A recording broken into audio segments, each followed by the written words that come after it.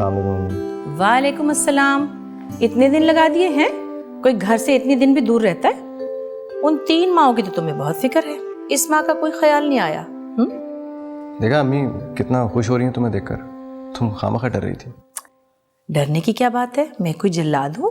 नहीं, वो मैं इतने दिन घर से बाहर रही, मैंने सोचा आप नाराज ना हो। भाई इसका तो एक ही हल है, आदमी ऐसा काम ही ना करे जिसमें दूसरे की नाराजगी का डर हो, है ना? एक बात तो कहूंगी, तुम बहुत खुशकिस्मत हो, इतना हीरा शौहर मिला तुम्हें, वरना कौन अपनी चची सास के लिए दफ्तर से छुट्टी लेके पूरा दिन अस्पताल में मारा मारा फिरता है ना? मैंने इनसे कहा था कि ऑफिस चले जाएं, लेकिन उन्होंने मेरी बात ही नहीं मानी। हाँ, वैसे तो बीवियों की हर बात मानते हैं शौहर, शायद तुमने जबरदस्ती नहीं की होगी, है? भाई मुझे तो ये फिक्र है कि कहीं ससुराल में इसकी इज्जत 2 कौड़ी की ना हो गई हो। उनका दामाद तो घर में बैठा था और तुम्हारा शौहर भागा भागा फिरा था पूरा दिन अस्पताल में। अच्छा छोड़े भी ना अम्मी, वैसे भी वो लोग सब मिलने आ रहे थे आपसे। क्यों? मुझसे मिलने क्यों? पता नहीं, मुझे नाजिया बता रही थी गाड़ी में। क्या क्या काम है उनको? कुछ नहीं, अब वो आपसे कल मिलने आएंगे। देखो बेटा, बात यह है कि बुरा मत मानना, अगर उन्हें पैसे वैसे चाहिए तो। नहीं, बस कुछ बात करनी थी। से क्या बात करनी उन्हें? अरे अम्मी परेशान क्यों हो रही हैं? जब आएंगी तो पता चल जाएगा क्या बात है। चलो भाई ठीक है, चले।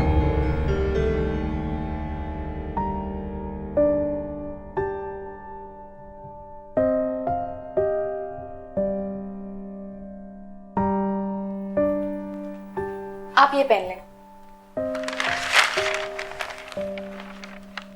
अरे भाई ऐसा भी क्या है, सिर्फ तुम्हारे घर वाले तो आ रहे हैं। प्लीज ना। अच्छा जैसा आप कहें। और हुक्म? पता है, आज मुझे पता चल गया मैं कितनी लकी हूँ। कितनी लकी हैं? कितनी नहीं, ये पूछिए कैसे लकी हूँ। अच्छा तो चलें ये बता दें कि आप कैसे लकी हैं। आप मेरे शौहर जो हैं। लगता तुमने काफी दिनों से मुझे गौर से नहीं देखा। उससे कुछ नहीं होता, असल चीज इंसान की आदतें होती हैं। आप सिर्फ मुझसे मोहब्बत नहीं बल्कि मेरी बहुत इज्जत भी करते हैं। उस हिसाब से तो फिर तुम बहुत लकी हो। एक और वजह भी है मेरी लकी होने की। वो क्या? आपने जो मेरी फैमिली के लिए किया। देखो नाजिया, मेरी जिंदगी का पहला काम था जो मैंने अपनी अम्मी को बगैर बताए किया, तो आइंदा इसका जिक्र मत करना। आपकी इस बात ने मेरे दिल में आपकी कदर और भी बढ़ा दी है। अच्छा, अब अगर मैं सच बोलूंगा तो तुम तो मुझे सर पे ही बिठा लोगी। बोल दें, मैंने आपको वैसे ही सर आंखों पे बिठाया हुआ है। तो मेरा ख्याल है, बल्कि मुझे यकीन है कि मैं तुमसे ज्यादा लकी हूँ, इसलिए कि तुम मेरी बीवी हो और तुमने मुझे जिंदगी की वो खुशी दी है जिसके बारे में मैं तसव्वुर भी नहीं कर सकता। वैसे आज आपको खुशखबरी शाजिया भी देने वाली है। शाजी? जी। अच्छा चलो देखते हैं कि हमारी साली साहिबा हमें आज कौन सी खुशखबरी देती है। चलो मैं तैयार हो जाता हूँ, फिर मैं नीचे जा रहा हूँ, तुम भी तैयार होकर वापस आ जाओ, ठीक है?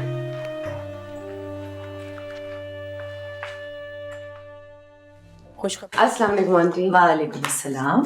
वालेकुम अस्सलाम। बैठिए प्लीज। अरे इतनी ज्यादा मिठाई, कोई खुशखबरी है क्या? बिल्कुल खुशखबरी है, लेकिन मैं वैसे नहीं बताऊंगी, पहले आप फहद भाई को बुलाइएगा। लो खुद ही आ गए। लाए पैसे निकालें। पैसे? कैसे पैसे? पहले बता तो दो कि पैसे क्यों मांग रही हो? पैसे देंगे तो मैं बताऊंगी ना। ये बताओ कितने पैसे चाहिए? फहद पहले बात तो बताने दो। खुशखबरी है इसलिए पैसे मांग रही हूँ, खाली खुली तो नहीं बताऊंगी ना। खुशखबरी सुनाने के तो हमारे यहाँ पैसे नौकर मांगते हैं। खैर तुम्हें चाहिए तो ले लो। आंटी लगता आप नाराज हो गई, चले वैसे ही बता देती हूँ, आप दादी बनने वाली हैं। क्या? कौन सा महीना? ये तो हम आपको बाद में बताएंगे, पहले मुबारकबाद तो ले लीजिए। खैर मुबारक, लेकिन आपकी बेटी ने तो शर्मिंदा कर दिया मुझे। शर्मिंदा? वो क्यों? मैं सास घर में बैठी हूँ और मुझे इतला बाहर वाले दे रहे हैं। जूता ही मार दिया मेरे मुंह पर आपकी बेटी ने तो। नहीं अम्मी, वो मैं कह रहा था कि फहद, मैं जानती हूँ मैं क्या कह रही हूँ। आप ही बताइए, सलीमा की कोई खबर आपको सलीमा की बजाय महल्ले वाले दें तो कैसा लगेगा? और ये तो मेरे घर की इतनी बड़ी खुशी है, मेरे आंगन में चांद उतरने वाला है, मुझे ही नहीं मालूम। हम आपको तो ये खुशखबरी देने वाले थे जिस दिन हमें शक हुआ था, लेकिन यूं हुआ कि साइदा की तबीयत खराब हो गई थी तो इस खबर में वो खुशखबरी रह ही गई। जाहिर है आपके लिए इस खबर की इतनी अहमियत कहाँ जितनी मेरी नजर में है। फहद, तुम्हें पता था? नहीं अम्मी, मुझे नहीं मालूम था। चलो फिर तो बात ही खत्म हो गई। लगता आप नाराज हो गई आंटी। हम तो आपको सरप्राइज करना चाह रहे थे। तुम्हारी बात का क्या बुरा मानना,